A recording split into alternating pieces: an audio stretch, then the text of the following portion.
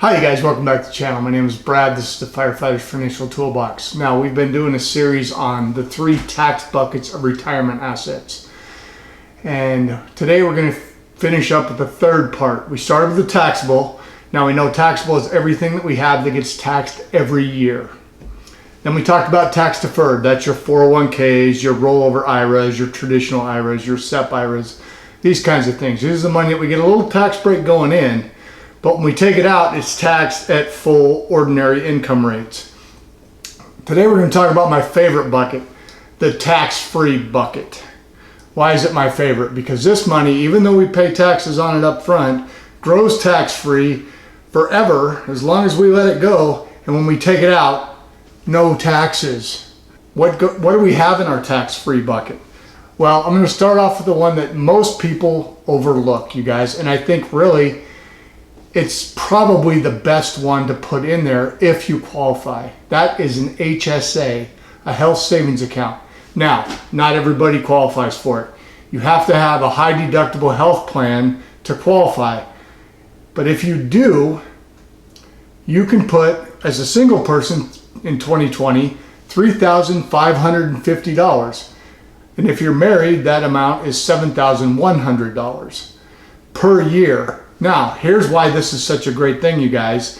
If you qualify for this, when you put the money in, they take it out of your paycheck, you actually get a tax deduction on the amount. It grows tax deferred, which means they aren't taxing it while it's in there. And as long as you take it out for a legitimate medical expense, it's tax-free money. So you could use it to pay for expenses, but if you don't use it for any expenses and you pay out of pocket, you can let that money grow until retirement. As we said, $7,100 for families, but if you're 55 or over, you actually get a $1,000 catch-up as well. So if you're 55 or over, you could contribute up to $8,100 per year into that tax-free bucket. Now, we're not going to go into all the limits on all the requests. If you want to see that, check out this video on HSAs. I'll link that in the description. But I think the beauty of the HSA, you guys, is its triple tax advantage. Tax deducted going in, growth, non-taxed, and if you take it out, it's tax-free. Probably the best thing out there if you qualify. All right, the second thing we're going to talk about is the most obvious one. You guys know how I feel about the Roth IRA. I love Roth IRAs. I think everyone should have a Roth IRA and max it out every year. For 2020, the contribution limits are $6,000. That's nice because it was stuck at $5,500 for about 4 years before that. It went up a little bit for 2020. If you're 50 or over, you get an extra $1,000 catch-up for a total of $7,000. Now, there is an income limit. For example, if you make between $196,000 and $206,000 as a married couple filing jointly, then you're in the phase-out limit. If you're in the phase-out limits and you want to know how to calculate exactly how much you can legally contribute, check out this video. I'll link that in the description as well. It shows you how to figure how much you can actually contribute.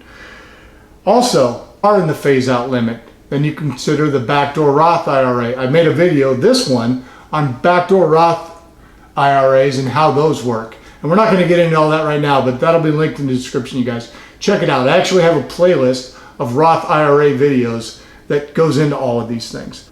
Third thing we're going to talk about, the Roth 401k. Now, not all 401k plans offer a Roth option.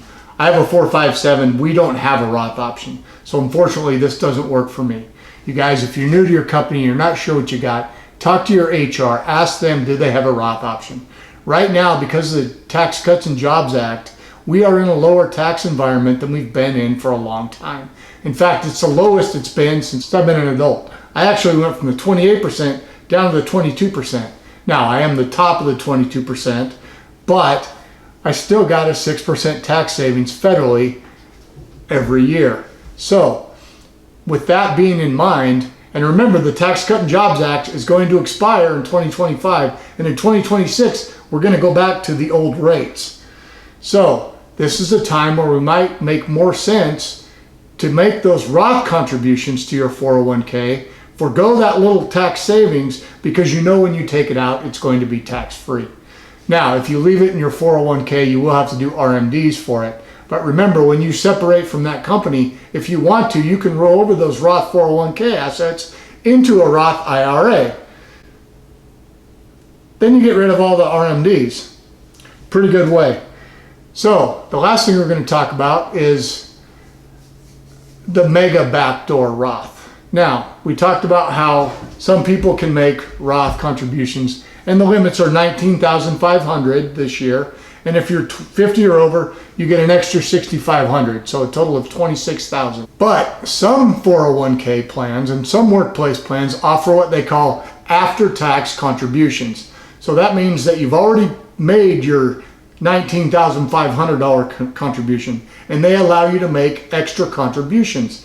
Now, these are taxed regardless of whether you went Roth or traditional for your basic contributions.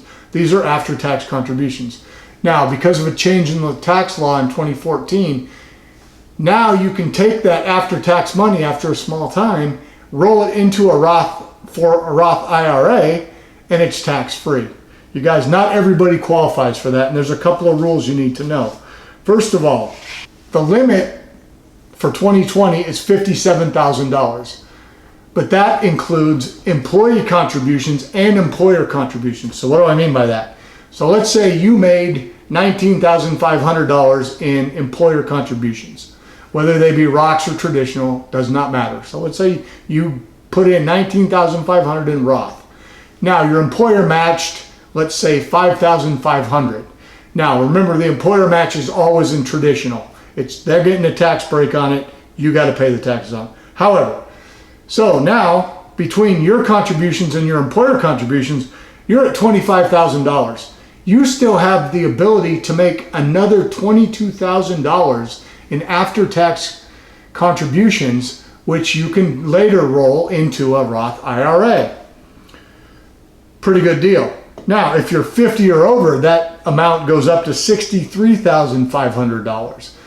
Making a lot of extra room for people to make into that tax-free bucket, right?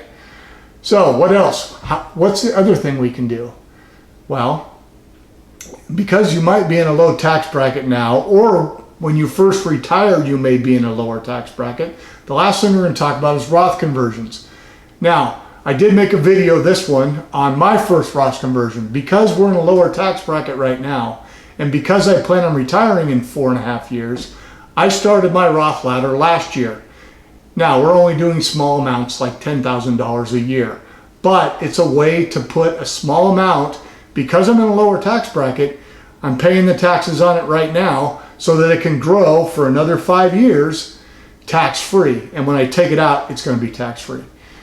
You guys, the tax-free bucket, it's my favorite bucket. It should be your favorite bucket. You should maximize all ways that you can to try to get as much of your portfolio into that bucket so that when you retire, you have more tax diversity. All right, I hope you got something out of this. If you did, drop me a like, you guys. If you're not already subscribed, you guys, please hit the subscribe button, ring the bell. You'll get notified every time I make a video. I try to make at least one a week. All right, we'll see you. Thanks.